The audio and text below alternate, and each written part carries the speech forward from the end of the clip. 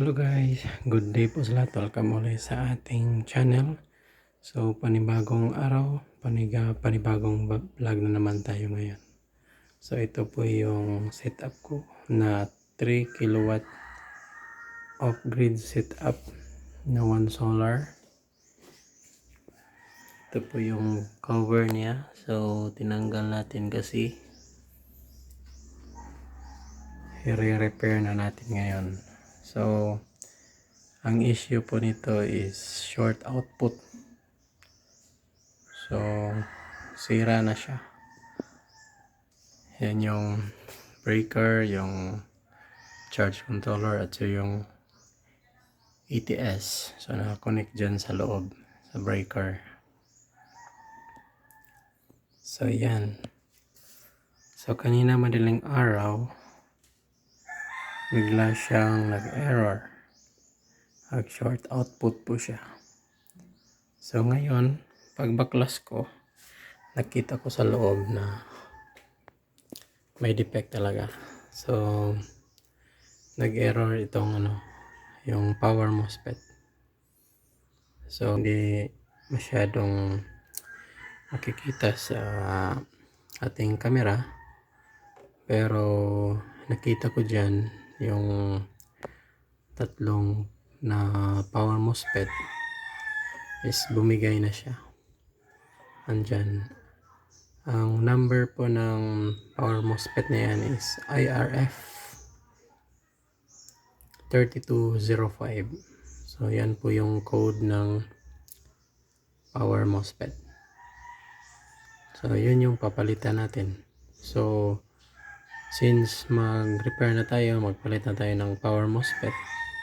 So lahatin na lang natin para smooth talaga. So walang error. So pantay lahat ang power MOSFET. So ang MOSFET na to is napakarami. So 2, 4, 6, 8, 10, 12. So 12 pieces po dito na power MOSFET. At saka palitan na rin natin dito sa kabila para uniform lahat. Baka pabalik-balik yung trabaho natin. So dito rin 6 din ito. Taka dito. So palitan din yan para sure na sure yung trabaho natin na hindi tayo magbabaklas ulit. So isang trabaho lang para walang review kasi pinalitan ng bagong MOSFETs. So ayan yung setup ko. Simple lang, pero gamit lahat dito sa loob ng bahay.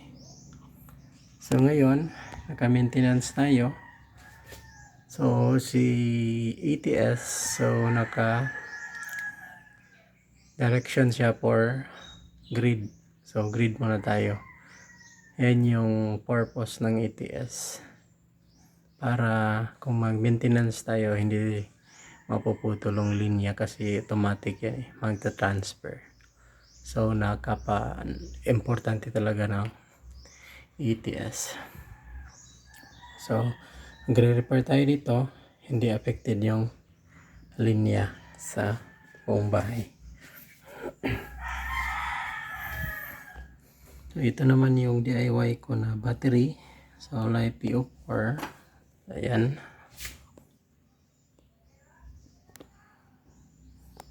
Itong lumang inverter na 6 kilowatt na sumabog. So hindi na nakayang i-repair kasi wasak na talaga yung mga piyesa. Ayun, tinanggal ko. Binutasan ko dito. Ayan. Para maipasok ko yung DIY ko na battery. So may frame na ako sa ito. 24 volts po yung system na to. Tsaka meron akong BMS sa loob na 100 amperes. Tsaka meron din akong active balancer doon sa loob. Yan. Kakonek yan dito sa mga battery. So bawat cell nito, bawat battery is 50 amperes.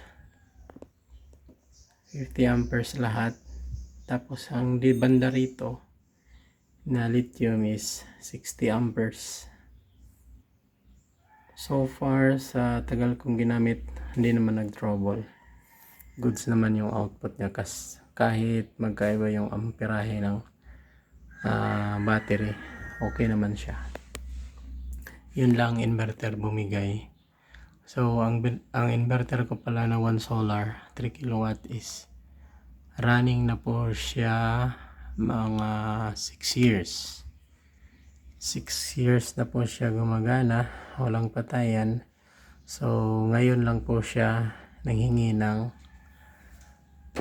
parte niya. So maintenance muna tayo. So magpapa-repair na siya.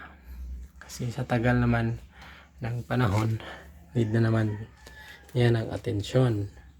So yan, makikita nyo dyan, kinakalawang na nga yung mga tornilyo.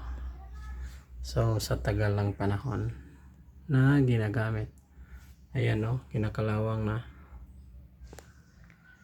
So sa kabila kong vlog, nakita nyo naman doon na sa paglilinis. Ayan, ito yon, pininturahan ko na, nisprayhan ko na ng Pilox para lang gumanda yung kulay niya. So ayan guys, so far yan lang po yung update sa small solar setup ko dito. So gagawa ako ng video kung paano natin i-repair ito para gumana na ulit. So maraming salamat po sa panunod ng aking channel. Kung di pa kayo nakapag-subscribe, please subscribe na po kayo at don't forget to click the notification bell para always kayo updated sa ating mga bagong videos ni upload. Maraming salamat po. God bless.